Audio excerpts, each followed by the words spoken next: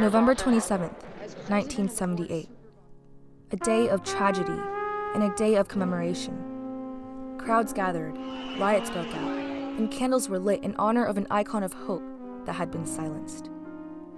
A man who embraced democracy and effected change in society. A man who defied adversity and made history. It was on this day both Mayor Moscone and Supervisor that Harvey Milk have been was shot and killed.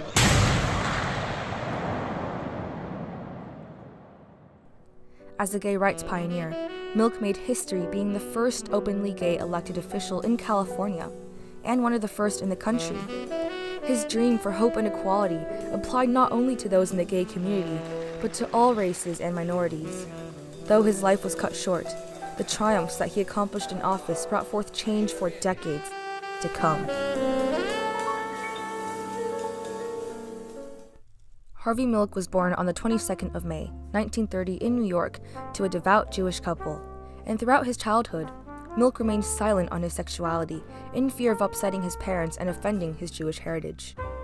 When his second boyfriend, Craig Rodwell, became increasingly active in the gay rights scene, Milk ended the relationship because, to him at the time, any public display of homosexuality courted danger and trouble.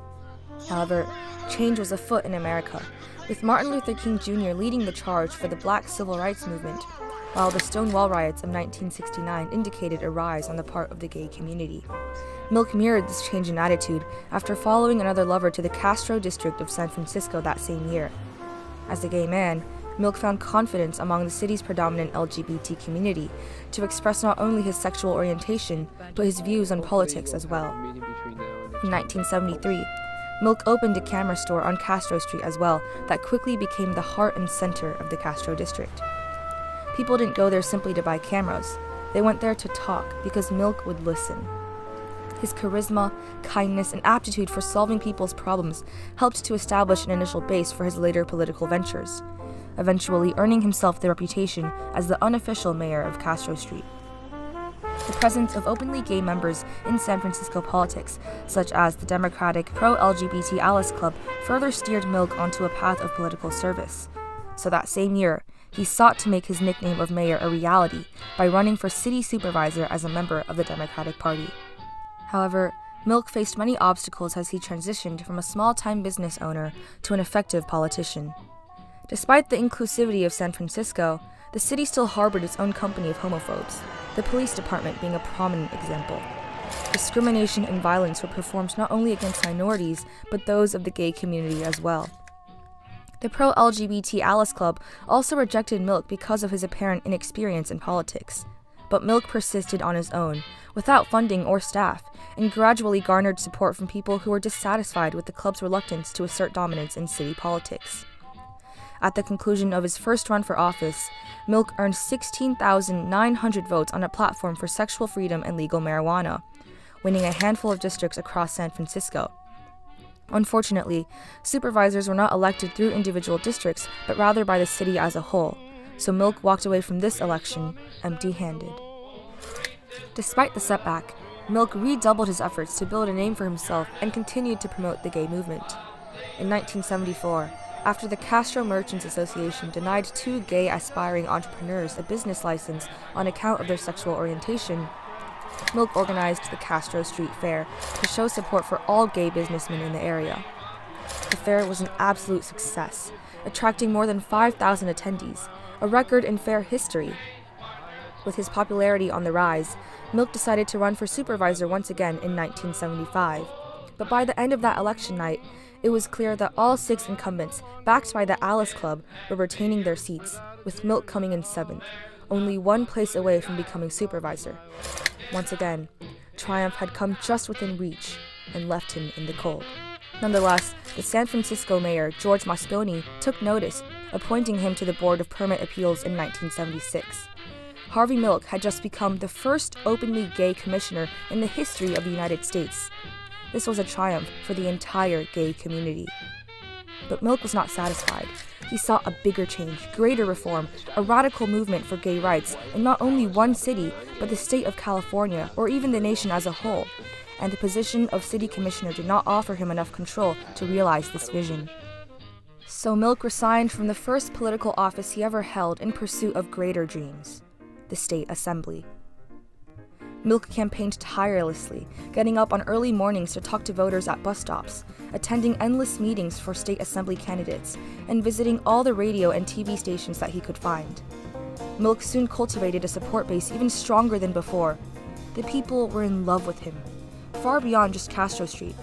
But it was a devastating loss for everyone when Milk ended up losing to the Alice Club's candidate by fewer than 4,000 votes. On his fourth run for office and third one for city supervisor, Milk founded his own San Francisco Gay Democratic Club, with hordes of volunteers joining forces and forming human billboards that advertised Milk for supervisor. His official break from the Alice Club demonstrated a stark difference in philosophy. While the Alice Club chose to understate their gay identity, Milk decided to embrace his. And his point was that you can't fight for civil rights from the closet. And he was right. His was the first call for everyone to come out, the first call made from a seat in public office. On November 8th, 1977, Milk finally achieved his dream of becoming a city supervisor, triumphing against a difficult election system, the homophobic masses, and strong political opposition. He had secured a landslide victory, winning by 30% against 16 other candidates, becoming the first openly gay candidate to be elected into California office. Harvey Milk rode through Castro Street to the rousing cheers of a people whose voices had finally been heard. He had triumphed in a personal goal, but more importantly, this was a triumph for the gay movement. And Milk was still not done. If one gay individual could do that, then he was sort of a green light for all people to follow in that example. In 1978, he succeeded in passing a bill which outlawed discrimination based on sexual orientation.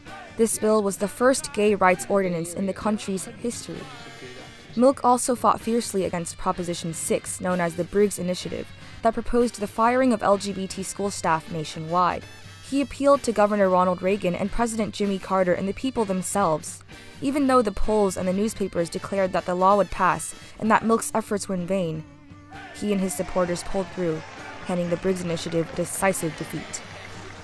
Step by step, triumph by triumph, Milk was guiding Americans to a new progressive age, one where the gay community could wear their label proudly and without fear. He set his sights on reforming and advocating for more change, but his voice was silenced all too suddenly. Harvey Milk was assassinated on November 28, 1978, at 58 years of age by fellow supervisor Dan White.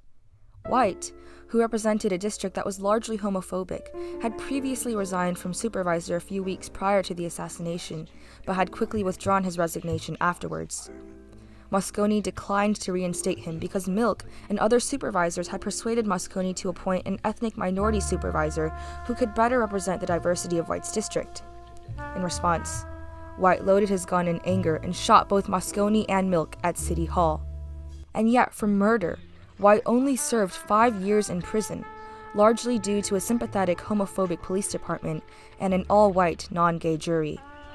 At this, the people were outraged, marching out on City Hall and chanting, "Avenge Harvey Milk," as well as lighting candles to mourn his death. At the time of Milk's assassination, he had served for only 11 months, but had accomplished decades' worth of progress. His untimely murder was a tragedy for the entire gay rights movement, the shocking loss of a brilliant leader, but it also provided the nation with the opportunity to transform this tragedy into a unique triumph.